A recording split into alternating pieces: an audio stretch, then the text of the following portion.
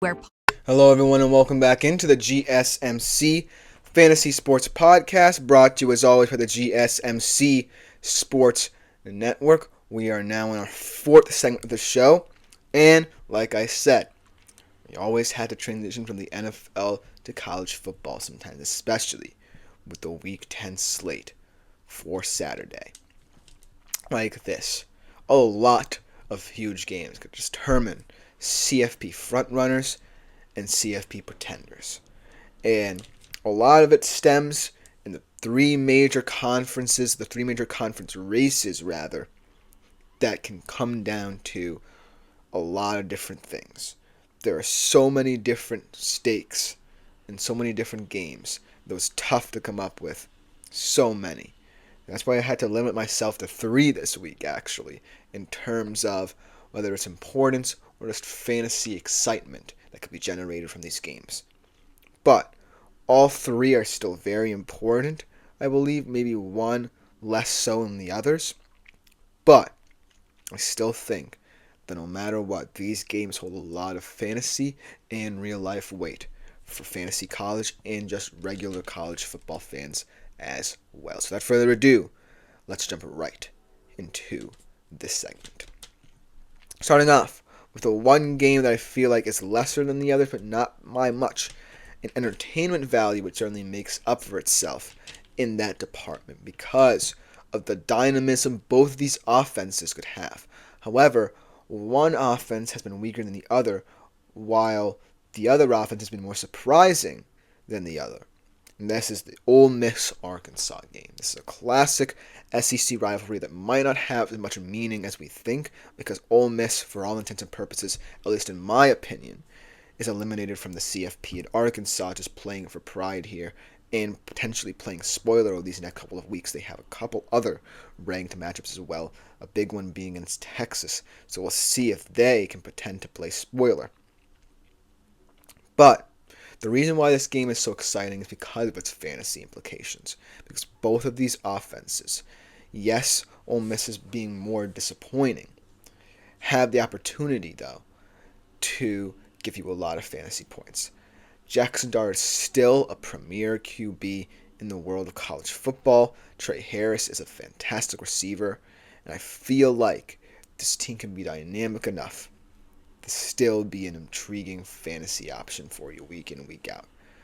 But the reason why I'm so excited about this game on the other side of things is because I wasn't expecting Arkansas to really find its footing after such a player as KJ Jefferson left the program, because KJ Jefferson was such an exciting quarterback, was able to be one of those spoiler-like guys in the SEC that could ruin your favorite team's chances of making the Big Ten, the SEC championship game or even the CFP in the past. So that's why I feel like Arkansas is an even more appealing fantasy team in this one than Ole Miss, because Talon Green is a very exciting fantasy asset for you in fantasy college football. And I think that it's not just because of his dual threat abilities, because of the weapons he has. I love Aaron Armstrong. I love Mark Redmond at the tight end position. There's so much versatility up and down this Arkansas roster that I can't ignore the factor that Arkansas right now could be the more appealing team. Actually, Andrew Armstrong is the name of their top receiver. Luke Haas, one of the top tight ends in college football this season. And so that's why, this game is so intriguing even though it doesn't have high stakes. I wanted to pick one game where, there was not such a pressure cooker environment surrounding it, and one game where you can just sit back, relax, and enjoy the fun. And this Ole Miss-Arkansas game fits that description perfectly. Now, though, we have to get into the nitty-gritty, transitioning from the SEC to the Big Ten, where a lot of weight is being placed in this game, in the title race, in the CFP race, and most importantly for the pride of a team like Penn State. We talked about this game a lot this weekend. I talked about my experience going up there last weekend. Even in an away game, atmosphere was still electric. But this game, I feel like, stems on a lot of things.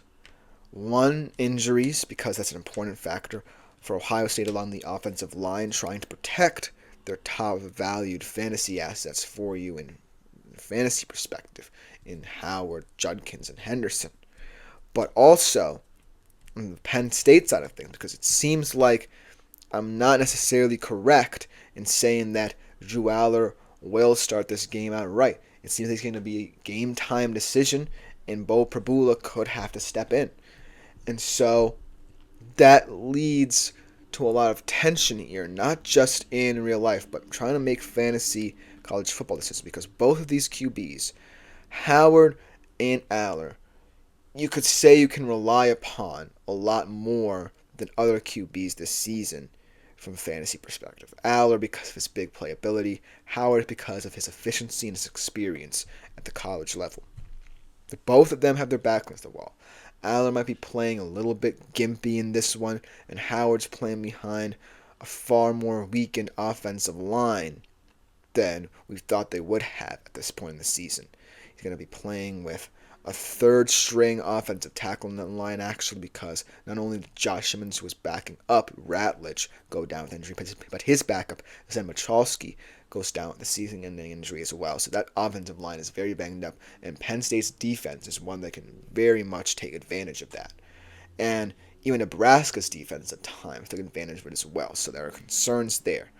But it's going to be all about the line of scrimmage. It's going to be all about, the importance of whether or not it's Drew Aller or Bo Prabula at the helm for Penn State. Because if it's Drew Aller and you feel like you can make a big play on the field, you're not necessarily going to have to rely on Tyler Warren carrying a lot of the load as that tight end.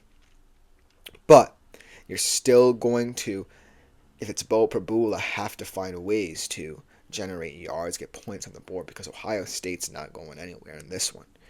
Even though it's going to be at a raucous Beaver Stadium. I feel like this game's going to be a lot closer than people expect. I still think Ohio State is a slight favorite because I just like their team a little bit more than Penn State's right now. But it's still going to be a game coming down to the margins. And you might want to take a little bit more risks in this game from a fantasy perspective than you would in others because of the stakes of it as well. You never know who's going to shine. You could see a guy like Harrison Wallace step up for Penn State. You could see a guy like Ibuka have a big game other than Jeremiah Smith. You could see the Penn State defense really step up. You could see an Ohio State defense falter if they can't handle the big play threat or the decisions of James Franklin choosing who his quarterback is going to be for this game. So, look out for this to be a very, very weird rivalry game between these two Big Ten heavyweights. And the final game that I want to talk about for this segment is a game in the ACC. We're bouncing through all these different Power 4 conferences, but this game, I could have picked the Pitt SMU game, feels to me like a better fantasy game and a game that could be a lot closer in real life than people realize. Louisville, Clemson. I don't necessarily have to tell Miami fans how close this game between Louisville and Clemson could be, because Louisville really put the scare into Miami a couple of weeks ago. And not for nothing, it's a talented team. There are concerns, though, about this defense. They've only generated 2 takeaways all season, but this offense could put up points. One of the most experienced QBs in the nation in Tyler Schaff. They have a decent offense. They have Ja'Cory Brooks as their top receiver, an Alabama transfer. Great physical route runner and receiver. Can make a lot of contested catches.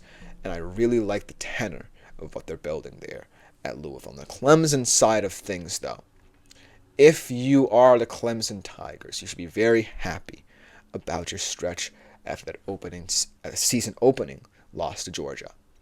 And I feel like, there's a lot to like heading into this matchup just because you feel like Cade Klubnik's finally developed into this elite quarterback a lot of people were expecting him to. He's not necessarily having to rely upon a guy like Phil Maffa too much, and he's getting the best out of a receiver core that, while it has a lot of young talent, wasn't necessarily seen as one of the most appealing in the country, let alone the ACC. And now it has become. You're seeing guys like Wesco and Moore step up for him, and he's become one of the premier talents at the QB position in college football. This is going to be a tough test for all concerned here, because Louisville is going to have to deal with this Clemson offense, but the Clemson defense is going to have to deal with this Louisville offense. And as opportunistic as this Clemson defense has been, and very solid throughout the Dabo Swinney era, and not just this year, Louisville presents a number of different challenges, and maybe Clemson's defense is better equipped to handle them than Miami's, but it should tell you something that one of the top teams, maybe perhaps your competitor and rival in the ACC championship game, struggled against this team. And that just goes to show the depth of the ACC, because, like I said, I could be talking about an entirely different game in the ACC. Pitt SMU could be in this spot. That's how deep the ACC is. That's how talented a lot of these teams are. And it's really going to come down to which one can handle their business in games like this. And let's be honest with you. If Louisville wins, they're right in the thick of the ACC title race as well. So a lot of high stakes in this one as well. Not just fantasy implications, not just pride implications here. But this is a true heavyweight match that could determine a lot that goes on in the ACC in the month of November. So it's going to be very exciting overall. All three of these games, no matter if you're just a casual college football fan or someone who has gotten into fantasy college football, wants to dedicate their time to picking their lineups, this is definitely going to be a challenging week. Because, like I said, a lot of these games are going to hinge on a lot of different, diverse things. But it's up to you to really try and determine the decisions you have to make truly see your fantasy college football team shine. But let me know what you think in the comments about these three games.